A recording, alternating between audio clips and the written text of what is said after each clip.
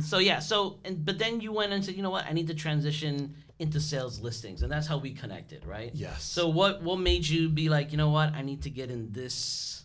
So my thinking is this: you want to have a lot of money in life because your time is limited. If you have more money, you can do more things. That's one thing. And I was like, this got to be a way of making more money. But that's not even it's probably one of the reasons. But second thing is that I've been told by experienced guys like you, John, and people I would look into, and what you say, like when someone is an example, you look for them what's the English word? Like you look up to someone, right? Like a mentor? Like a mentor, like you're looking up, like you inspired, okay. So, and they told me like sale and rental deal, it's not much difference in terms of work. And then now, in hindsight, some of my rental deals were terrible and long and hard. And some of the sale deals, like Melody, was a piece of cake, especially all cash. You do the deal like in 3 weeks, 4 weeks. Right. Anyways, and someone's like, all right, labor-wise, work-wise, it's the same. So what's preventing me from sale? I mean, back in oil and gas, I was selling investment into infrastructure, and I wasn't getting commission because it was salary-based, but process was complicated as well. You'd have to know a lot of stuff. And so I didn't know much. I did this few accidental sale deals before. I call accidental because I didn't know how to like systemize and scale it up. Like my first official sale was a referral from a rental client I never rented to. So there was a guy came here, looked for the apartment that didn't exist on the market, and then went back to Florida, and I just put it in my CRM. I used Pipedrive back then. Now you recommended me HubSpot. I use HubSpot. It's better. But back then, Pipedrive would remind me, like, call this guy, email this guy. I would be emailing him maybe like once in 3-4 weeks.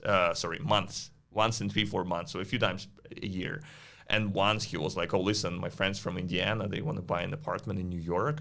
I'm going to give your phone number. I'm like, cool, sure. Didn't even know. And then they reached out.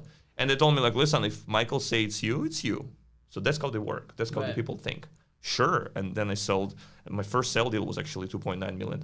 Sweet. Yeah. And that was a total accident again. And people would say, of course, it's not exactly accident because you followed up and you had CRM and whatever. But like, how do you scale it up? And then brought me to the idea. So I did a few sales. I represented buyers. Everybody was like, yeah, you need to be on the seller side. That's where the leverage is coming from. That's where you can actually predict the future, means you're in charge, whatever. Mm-hmm. And I was like, how do those guys get sales? Like listings, right? Listings, like, yeah, I mean, no one's really selling with me. And then how I met you and Nikolai, your friend. Before that, I think he referred me to you first. Mm-hmm. So I met Nikolai while I was with one of my buyers, actually. So he showed me his apartments, and like, you always get good listings. You guys together, I know you work together. You always got amazing listings in Manhattan. And he said that you might actually be able to help me in terms of maybe some coaching, maybe some advice. So he hooked us up. Fast forward, now 2022. So now I sell. So based on expired listing, I have a portfolio of 4 listings. Total value $11 million.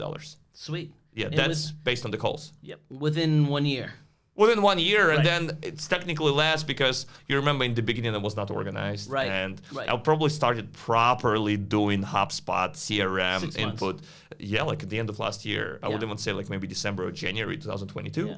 And then as you say, you need to be strategic. You need to follow up, and they can say fuck off before, but then you call back, and maybe they say, they're a little bit more polite. They don't say fuck off, they say off.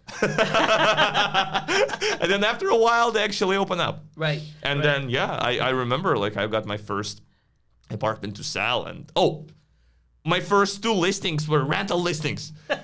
Based on calls, yeah. That's true. You tell me like, yeah, go, and like Alex, go and then meet with these guys, girls, and I will be like, sure, John, let me meet with them. I'll go meet with them, hoping to sign the exclusive to sell, and they're like, we don't want to sell now, but could you rent our apartment? Right. Like, sure.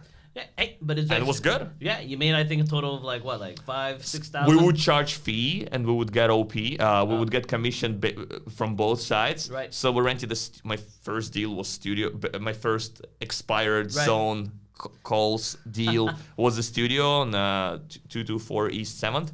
We rented it for $2,300. We charged both sides. Mm-hmm. So we made like $6K or something. Sweet. Yeah, and then the other one, 146 East 40th. Again, I came there convinced I'm gonna sell this apartment, and then I rented it, which is good as well. Like a studio, 2,500, and we charged the fee from both sides and everything because the market is hot.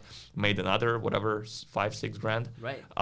Yeah. So my first 2 deals total 12K, I think. 12,000. 11, 12. Yeah. Grossing. Yeah, based on the calls, and then of course it takes time, of course. But then even if you calculate it, okay, I spent 1 hour, 2 hours per day, 5 days a week calling. Okay, so it's 10 hours invested per week, 40 hours per month. But then you got a listing after a while, and then another listing, and then it actually makes sense. Right. You start building up what your pipeline, right? Pipeline. You're You creating- taught me yeah, the you're- value you of know, pipeline. Your pipeline right now. You know, you have 4 active listings right now, around $11 million, right? Yes. Where if you did, let's say it was just 2.5%. You know, you're looking about, you know, what is the commission on $10 million at 2.5%? It's like, Are you it's good like with math? 250,000 more or less. Something like this. Okay. Yeah. So 250. And some of them, we signed 6%, and we actually hope to get direct client. Right. But at least. So I'm always very conservative with the numbers. So Yes. it's like if it's 2.5% because you got to co-broke the deal and whatnot, Right. you know, it's around 250,000, a little bit more if it's 11 million. You know, in a span of 6 months when you actually were really Pretty doing much, it. And you pretty know, much. but that's just on the front side, right? On the Yeah. back end, which is your pipeline, right? You know, we're looking about. You know, how many people would you say right now is in your database from calling homeowners? Over 600 contacts.